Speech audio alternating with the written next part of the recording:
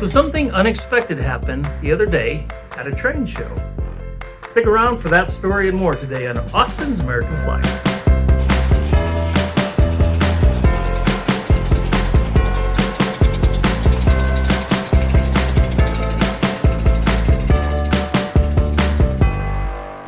The beloved T&P gondola, either 631 if it's the link or 931 if it's the knuckle, is something most of us are familiar with. I did a quick study on some of the literature I have that talks about sets and the contents in those. Now, bear in mind, my study was not in any way, shape, or form exhaustive, and I have no idea in the literature I have how many sets are maybe not even accounted for. But through the 20-year span that Flyer was producing sets, I counted 19 sets that included a T&P gondola or its later variants. And so it's no reason they're so common.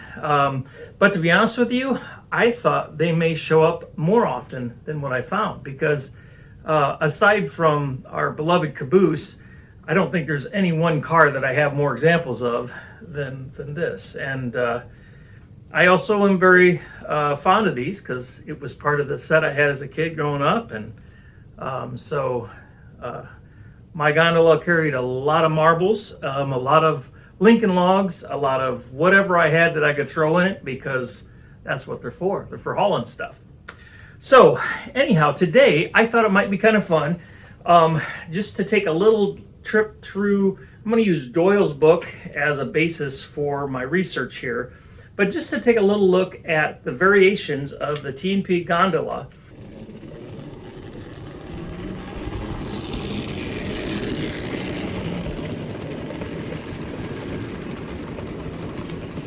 What this video about today is one of those fun things that can happen with a hobby. You have something that's really common, and then suddenly you stumble into something that's not so common, and maybe that'll trip your trigger. Maybe that'll be something you'll think, hey, that'd be kind of fun to collect. That's what happened to me. So here's the story. I went to a train show, and I was told that it would be attended by a couple different vendors that are somewhat local to me. I don't have many, and there aren't many train shows that are very close by. So I decided I'd go to this one, and it's a modest sized train show. It's a great big building. I would say there are probably somewhere between 30 and 40 vendors there. And as is the case with most train shows, Flyer was very, very poorly represented. In fact, when I actually got there, I found one Flyer vendor who suddenly had all this other scale stuff with him, and a second Flyer vendor that had basically no Flyer with them. And then the primary Flyer guy that I wanted to see, who usually has tons of it, wasn't there at all. So I was pretty disappointed that I'd driven all that way, I paid admission, and there wasn't much to be had. But I thought, you know what, I'm here, let's just look around. Who knows, maybe I'll stumble into something that's not easily visible to me at this point. So I walked the space, did one lap, thought, oh, let me do again, second lap. And sure enough, there was a gathering of tables. There was a whole corner, a U-shape of, I don't even know how many tables, 20 tables, a lot of tables. And they were loaded with HO and Lionel stuff. And as I just glanced across, I caught something very distinctive, that color that you find on a royal blue. So I went and I looked closer, and sure enough, here was a box bottom that had a royal blue set in it. It had a transformer, had two switches, a little bit of track, and I looked around, and that was the only Flyer at all in this huge amount of train stuff. And so I thought, oh, that's interesting. And I just kind of walked away, didn't think much about it. I've got royal blue sets. I didn't really want another one. But I walked around the rest of the show, and aside from the two guys I first mentioned, there was just no Flyer to be had. So I was like, well, I saw a price on this, and it was way more than I wanted to offer. And so I thought, well, maybe I can make a low offer. Maybe they'll take it. And if so, I'll pay that much for it. So I found someone that was connected with those tables, and I said, hey, I see you got some American Flyer here. He goes, yeah, we're a train club, and that HO layout over there is actually ours. but we've got this Lionel stuff and HO stuff and this little bit of flyer that we really don't want as a club. We want to get rid of it. And it's like, oh, cool. I said, well, would you take, I don't remember what I offered. I think they had like $120 and maybe I offered $80 for it. Now, mind you, this was an early royal blue. And so I knew that it was a type 1 or type 2. And so that was something that I was like, yeah, that's okay. The rest of the cars I didn't think much about. And so put everything into a container and headed for home. And when I got home, I called a friend of mine who's into flyer. And I said, hey, RK, I was at train show today. Any interest in seeing and hearing what I got? Oh, yeah. Tell me what you got.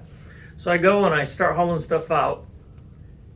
And somehow it escaped my notice that this gondola was gray instead of green. Again, lighting, dirty. You know, this one here I haven't yet cleaned. And if the lighting's right, it looks pretty gray because it's so dirty. So I got this thing out and I was like, you're not going to believe what I picked up today. And I still didn't know really what I had. I just knew that I hadn't seen this color before. I said, I picked up a gray 631 gondola. He's like, no way. And so I went and grabbed my Doyle book and looked it up. Found out this was only made in 47. Apparently only came in a few of the royal blue sets and was pretty rare. I was like, well, that's kind of cool. And, you know, it's not perfect. It's got a little bit of a blemish there.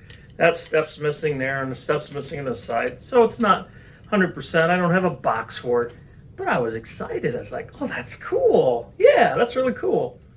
And so I went back to the Doyle book a little later on. I was like, I've never paid attention to the 631 gondolas. Are there different kinds? Are there many varieties? I just had no idea, you know.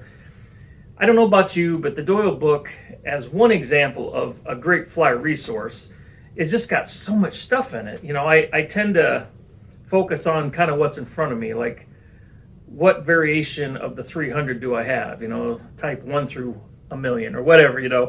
And so I went through and I started looking at the 631 and the 931. And so here's some things I found out. So like I said, this was only released in 47 and is very rare. I believe Doyle says it gives it a rarity of 7. So 8 is the most rare. I should say not traded enough to know is the most rare. 8 is next, and then 7's after that. So fairly uncommon. So I continued to look, and I found that in 1951, they made a red variant. Again, still a 631, still got link couplers, but pretty rare. I believe Doyle rates this at a number 6. So a little bit more common than the gray, but still not very common. I was like, oh, that's cool.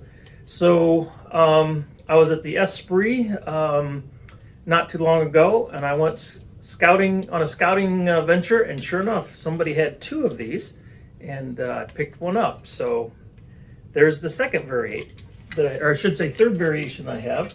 And let me back up and just say the other thing, I don't know that Doyle really talked much about this, but I've seen this, I think I have 2 of these. These would be one of the very early 631 gondolas. Now this has, I think these, I think they're supposed to be brass. Well, they're rusty, which I didn't think brass could rust. So maybe they were black. So anyhow, this could be, what, 48-ish, somewhere in there, 49, somewhere in there. There's weights inside the trucks. So again, I would call that a variant. Certainly not normal or not usual. So that's kind of cool. So we've got that. Then it switches to knuckle coupler. We start getting the number changed to 931. I've got a couple examples here. And then we go fast forward to the days of Pike Master. But there are 2 other variations. Let's see. I believe this one is pretty hard to come by. And again, I can't say that my research is totally conclusive, but I only found one set that had, this one's called the C2009. C, like in cat, 2009, which again, why did they choose that number? I don't. Anyhow, so that's one variant, and then there's this one here, another variant, and it's got the Pike Master couplers on it and trucks, as does this one, which this one I'm going to have to replace and repair. Again, not cleaned up yet, but this one looks pretty good.